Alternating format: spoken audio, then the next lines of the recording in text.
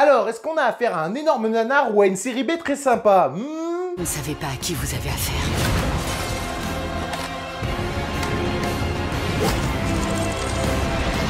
Ce que vous voyez n'est pas réel.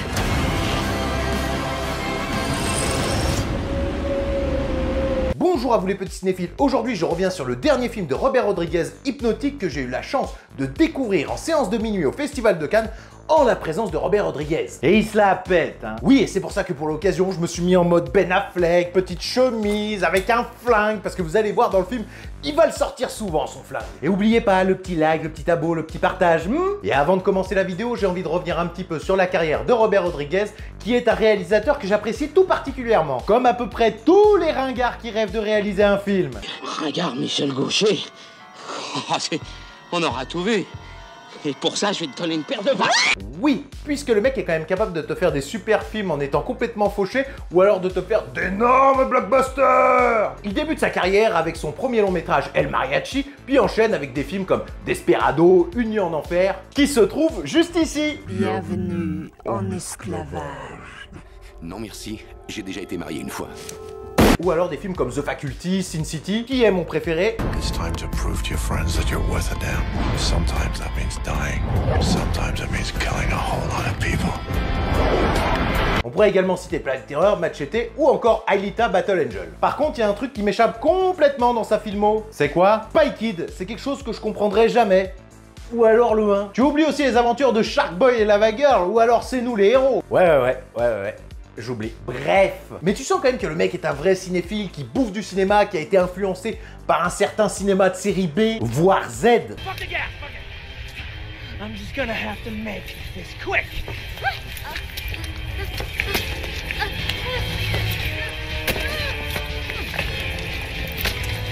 On pourrait également parler de toutes ses références ou alors de ses nombreuses collaborations avec Danny Trejo, Quentin Tarantino, mais on n'est pas dans une vidéo rétro. Donc avec le temps, le gars est soit adulé par les uns ou alors détesté par les autres qui considèrent que c'est un énorme tâcheron qui ne mériterait pas d'être là. He gets the women.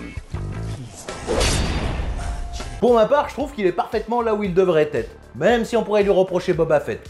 Mouais. Bon, ce film Hypnotique est dans les cartons de notre ami Rodriguez depuis 2002 et il revendique l'influence de Vertigo d'Alfred Hitchcock. Le mec a un boulard. Ta gueule, toi. Je veux bien reconnaître qu'on est quand même plus proche d'un Inception que d'un Vertigo. Et au casting, on retrouve notre ami Benny Affleck, fraîchement libéré de son rôle de Batman dans le DCEU. Et faites-moi confiance, le gars a vraiment la cote parce que la foule était en délire à chacune de ses apparitions lors de la séance de minuit. On a également la présence des acteurs William Fichtner et Alice Braga. De quoi ça parle, ton navet? Ça raconte l'histoire du détective Danny Rourke qui enquête sur une série de braquages qui pourraient être liés à la disparition de sa fille, mais le criminel a la faculté de pouvoir hypnotiser des innocents pour qu'ils commettent des crimes contre leur volonté. Il fait très chaud aujourd'hui. Une vraie fournaise. Il fait chaud. Sur le papier, ça pue du cul.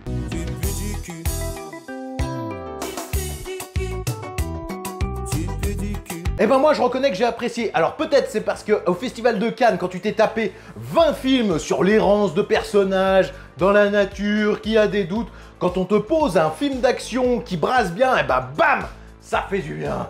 Ça fait du bien. La réalisation et la photographie sont très bonnes, le mec est loin d'être un manche, on a des effets qui te font un peu sentir, comme dans un polar, mais aussi des visuels sur la distorsion de réalité qui fonctionnent plutôt bien. C'est ce genre de truc qui te fait notamment penser à Inception, qui te fait beaucoup penser à cette scène-là.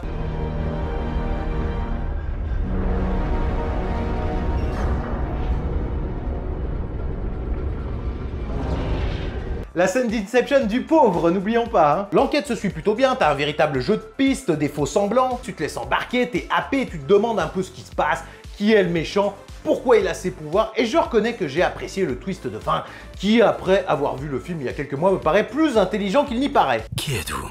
Qu'est-ce qui peut pousser de parfaits inconnus à commettre un braquage de haut vol? Il y a quand même un gros point noir dans le film, et ça me fait un peu mal de le dire, mais c'est le retour du grand Ben Affleck, mon nom expressif. God, it hurts. It hurts some fierce. Oh, je vous jure, il est pas hyper mauvais, mais il est loin de développer toute la palette d'émotions qu'il sait faire. Ça ressemble plutôt à ça. Where is she? Et il sort son flingue tout le temps. Stop! Yep. Bon voilà, on voit qu'il est clairement pas au top niveau mais ça passe. Par contre, c'est un véritable plaisir de revoir William Fichtner en antagoniste, un acteur qu'on voit, à mon sens, trop peu. Où elle est?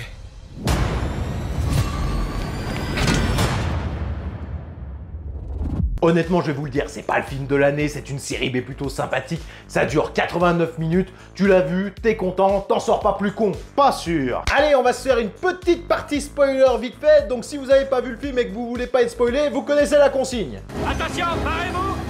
Parez-vous! En gros, pendant le film, tu découvres qu'en réalité, Ben Affleck est un grand hypnotiseur, qu'il a eu une fille avec quelqu'un comme lui, ce qui fait de la petite la plus puissante, un truc comme ça, et tout le début du film est en réalité un coup monté pour le faire avouer où est sa fille. Donc en gros on lui fait croire à des trucs de fou alors que c'est juste des petits décors de merde. Et je trouve ça brillant. Brillant chez Rodriguez? Eh bien oui, puisque si on rapproche ça du cinéma, le réalisateur n'est-il pas le plus grand hypnotiseur puisque c'est lui qui te montre les images qu'il veut et qui t'empêche de voir l'envers du décor qui peut paraître factice et fait parfois de bric et de broc. Par exemple, j'ai vu des gens sur des plateaux lors de leur première figuration détester voir l'envers du décor parce que ça leur faisait perdre la magie du cinéma. Donc c'est pour ça qu'au détour d'une série B, je trouve vraiment le film plus pertinent qu'il n'y paraît. À rapprocher d'Inception, je sais pas, mais plutôt du Prestige avec tout ce sous-texte sur la création cinématographique.